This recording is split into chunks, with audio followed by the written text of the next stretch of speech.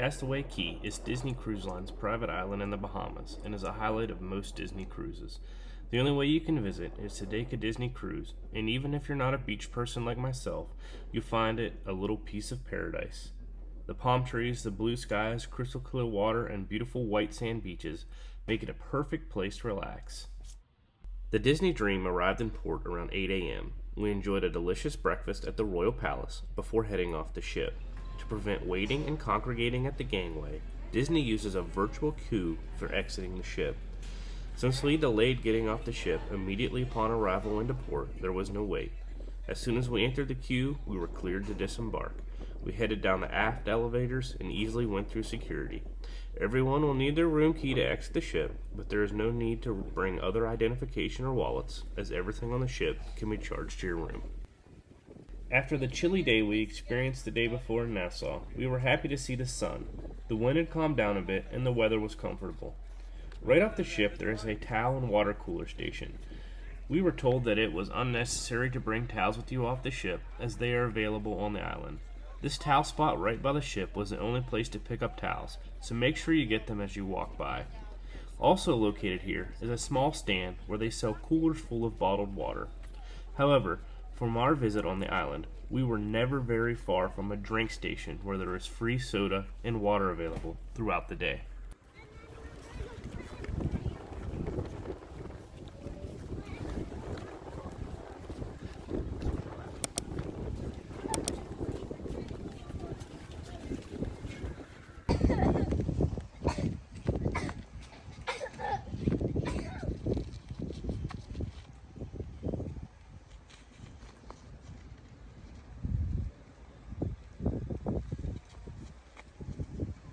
Castaway Cay was formerly known as Gorda Cay and is located 160 miles east of Miami near Grand Abaco Island in the Bahamas, 225 nautical miles from Port Canaveral.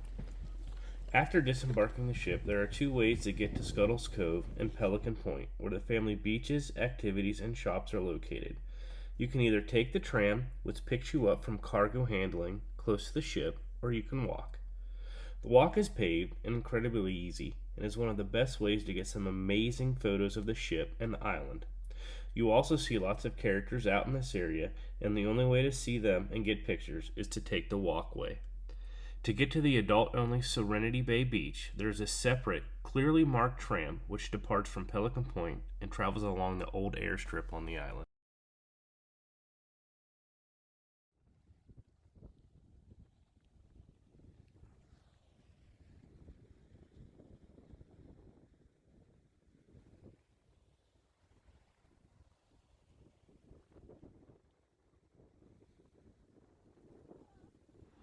Castaway Cay is one of the best places to meet all your favorite characters in their beachwear with minimal wait. Your personal navigator, or Disney app, will list times and locations for each character. Most of these times are early in the day. The normal photo spots are the gangway, the post office, Scuttle's Cove, and Mount Rushmore. There are also unannounced character meet and greets during the day, such as Olaf, as well as Captain Jack Sparrow, who's been known to turn up at Serenity Bay. Right at this front tire right here, okay? I know, nice princess here, right? To the beach and the flowers. Hello, ladies. Hello. Princess here, right? To the beach and the flowers. I think you need a little flower crown. That'd be cute. We'll go pick some flowers later and put them in your ears. Just on top of the head? Okay, sounds good. There are two family beaches on Castaway Cay, as well as the adult-only Serenity Bay Beach. There are plenty of sun loungers, chairs, and umbrellas on all the beaches, which are free of charge. There's more than enough space for everyone, so there's no need to rush off the ship first thing in the morning.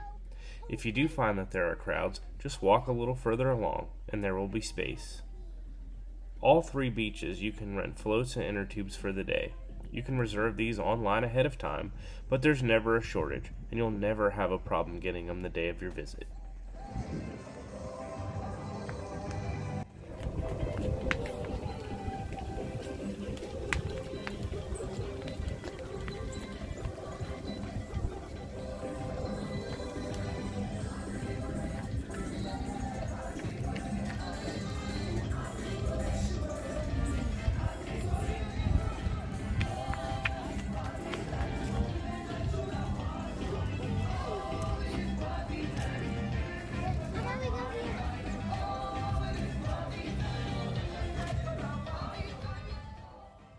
We settled at the first family beach where we were able to get a front row spot, but on our sailing, there was not much competition. We sailed in late January, and due to reduced capacity, there was only about 2,000 people on the Dream, which has a normal capacity of around 4,000. You can tell that this beach was not busy at all. The sports beach, which is further down the island, was more crowded. If you visit Castaway Cay on a busy day, I recommend stopping at the family beach, as this one will generally still have loungers and chairs available. The sports beach, which is home to Pelican Plunge, will fill up early in the morning. If you want a spot there, make sure you get off the ship early. Although it was not hot by any means, the girls were excited to get in the water. Our oldest Mylon was the first to get in. The water at Castaway Cay averages 75 to 85 degrees. During our visit in January, it was at the bottom of this, with an estimated water temperature of 75 degrees. The small gentle waves make the beach nice for small children and for relaxing at the water's edge. We have been to beaches recently where storms have caused erosion and damage to beaches, making them almost unsuitable for young kids and difficult to enter and exit the water. Castaway has a gentle slope into the water that allows kids to easily play and splash. As you look around from this central location, our beautiful ship is off in the distance to the left. It may seem close, but there's quite a walk to the beach. To our right is a sports beach, and the majority of the shops and restaurants are behind us.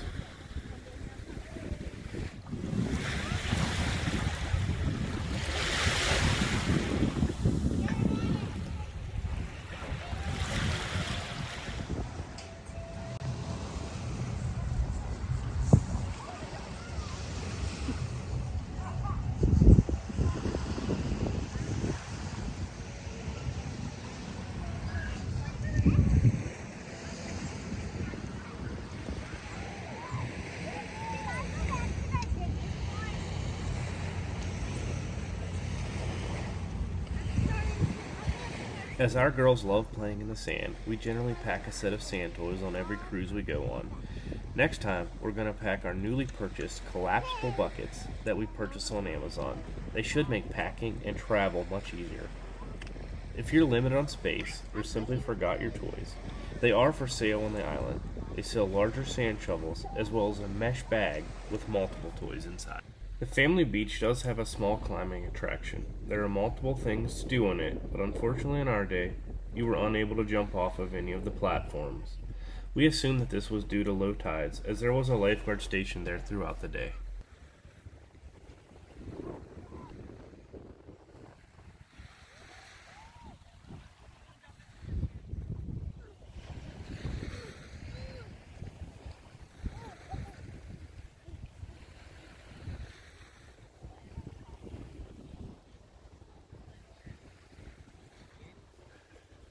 As you continue to walk down the beach, you come to the opening for the snorkeling area, which we'll cover shortly. Just remember that the beach in front of the snorkeling zone is not open to everyone and is limited to just those partaking in snorkeling.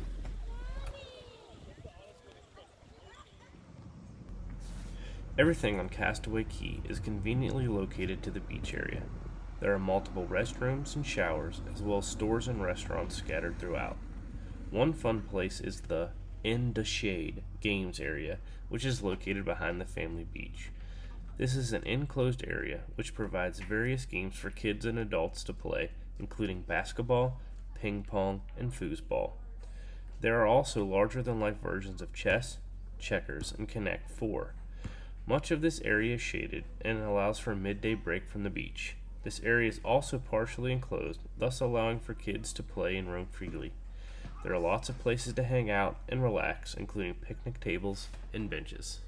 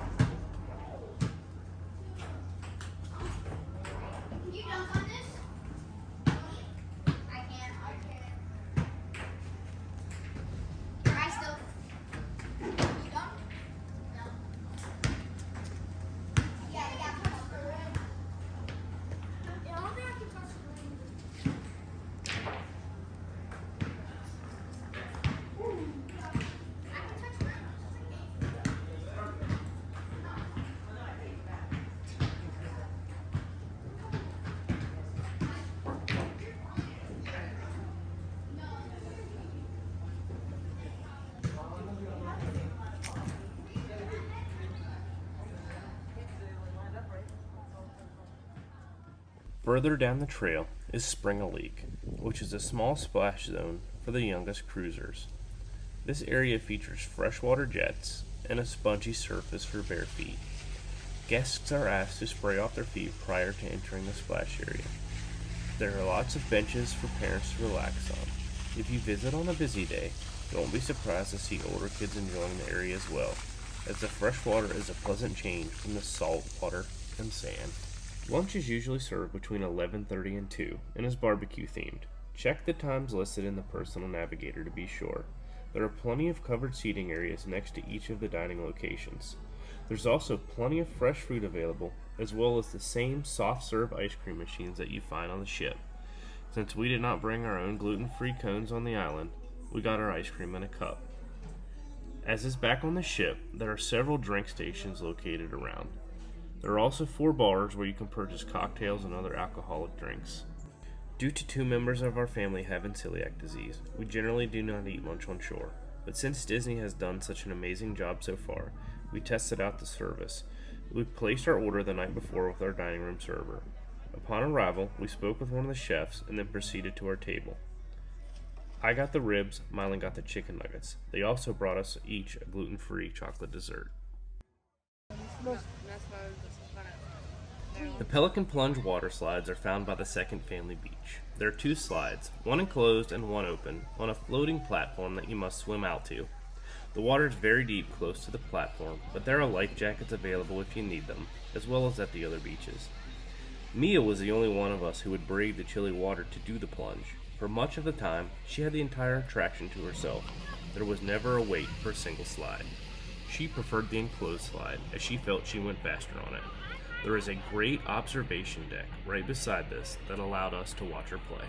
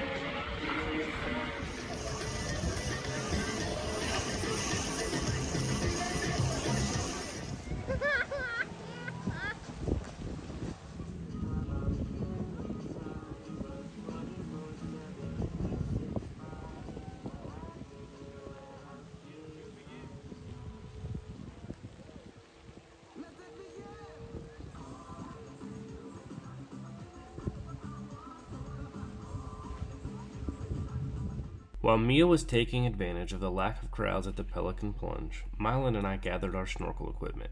Next to the family beach is the 22-acre snorkeling lagoon. You can either rent masks, snorkels, and fins, or bring your own. However, it is a requirement that everyone in the lagoon wears a snorkel vest, which are free of charge to use. You can find them at the Flippers and Floats, Gill's Fins and Boats, as well as along the beach at the lifeguard stations. You don't have to inflate the snorkel vest, but the water can get quite deep, so inflating the vest slightly will help you float. I am 6 feet tall and could not touch the bottom in some areas. The vest definitely helped Mylan be able to stay up and complete the course.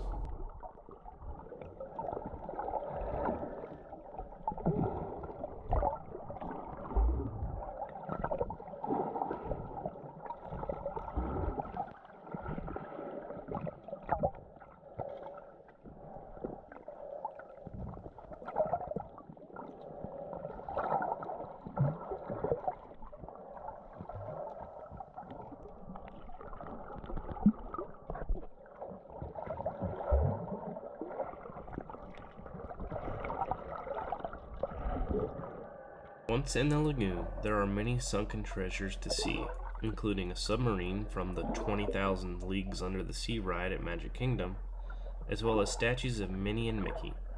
They are all easily found underneath floating white buoys.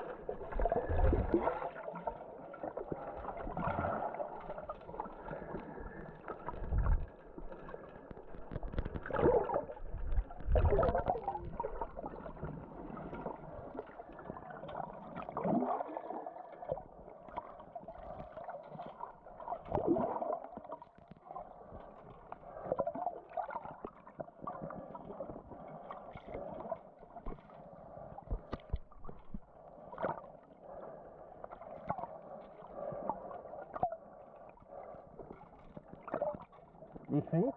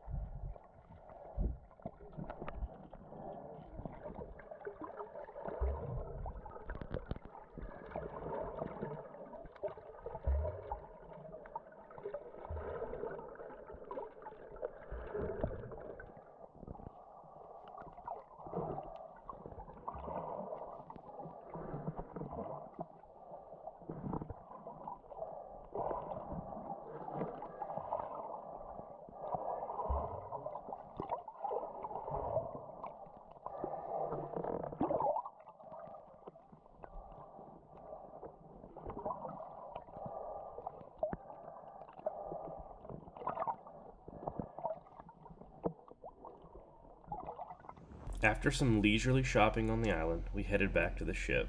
Castaway Cay has many island exclusive souvenirs that if you want to purchase, you must do on the island, as they're not available on the ship.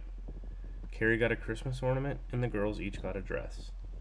This was our first visit to Castaway Cay, and we thoroughly enjoyed all they had to offer and utilized many of the included amenities.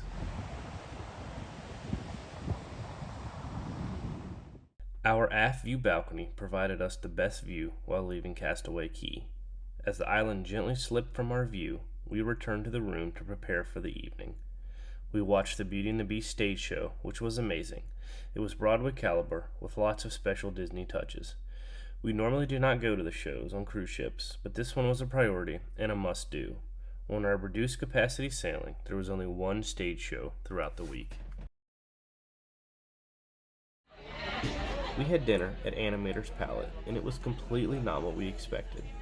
I had watched videos of the interactive animation that occurs during dinner, and this was completely missing from our time on board. We were treated to a special visit from Crush from Finding Nemo. This was a lot of fun, especially since Turtle Talk with Crush is one of our favorite attractions at Epcot. Crush swam through the room and would talk to passengers. The girls were entertained with his antics and games. Although I cannot compare it to the previous experience, we did enjoy the show and interaction during dinner. Like I said earlier, Disney does a great job with food allergies. We always ordered our food the night before. Mylan got pizza every night for dinner. Overall, the food on the cruise was good. Some parts were great, but what made our dining experience so wonderful was the attention to detail and our ability to get regular menu items customized to be allergy friendly. What do you say we all totally hang together? If that sounds cool, say cha! Cha! Awesome! Come on in, little dudes. They said cha. This is my little dude Squirt and his main man Nemo. Hey, awesome! Oh, like, what about the dude? Kinda like right off the corner, like right in front of the tank, dude. Hello, little dude. What is your name? Oh, is that Mia, dude? So yes. Oh, dude, totally awesome. Dude, like, where are you from, dude? Oh, dudes, I know exactly where the Maryland is, dudes. It's directly between the Mexico and the Stewart, Florida. Yeah, you want to know how I know that, dude? You can see us. Look over to my good friend George from the Mexico. Say hello. Hello. Dude, now look over to my good friend Jumpin' John from the Stewart, Florida. Hello, dude. Now, dude, wave both of them at the same time, dude. Dude, you are totally in the middle right now, dude. Oh, totally awesome.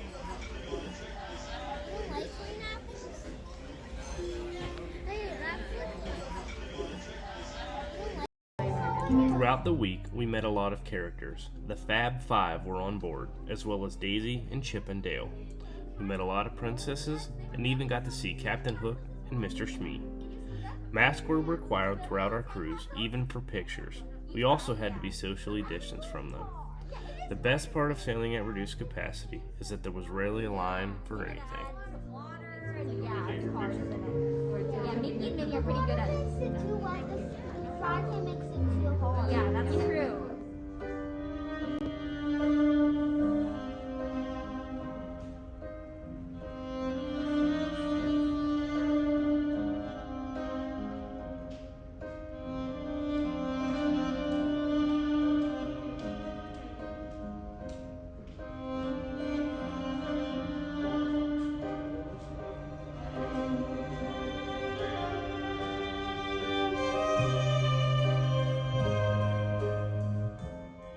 It's the end of day 3, and our cruise is about to come to an end. Tomorrow we will return to Port Canaveral for debarkation. After dinner, we returned to our room to pack up the rest of our things. Once again, we were greeted with a cute towel animal and chocolates. We were usually so full from dinner that all of the chocolates went into a drawer to be ate later. The room steward will make up your room twice a day. This is especially nice for those families who utilize the Pullman and sofa bed, as they are tucked away during the day. As we laid down, we reflected on our Disney cruise, which despite the cooler weather, was still amazing in many different ways.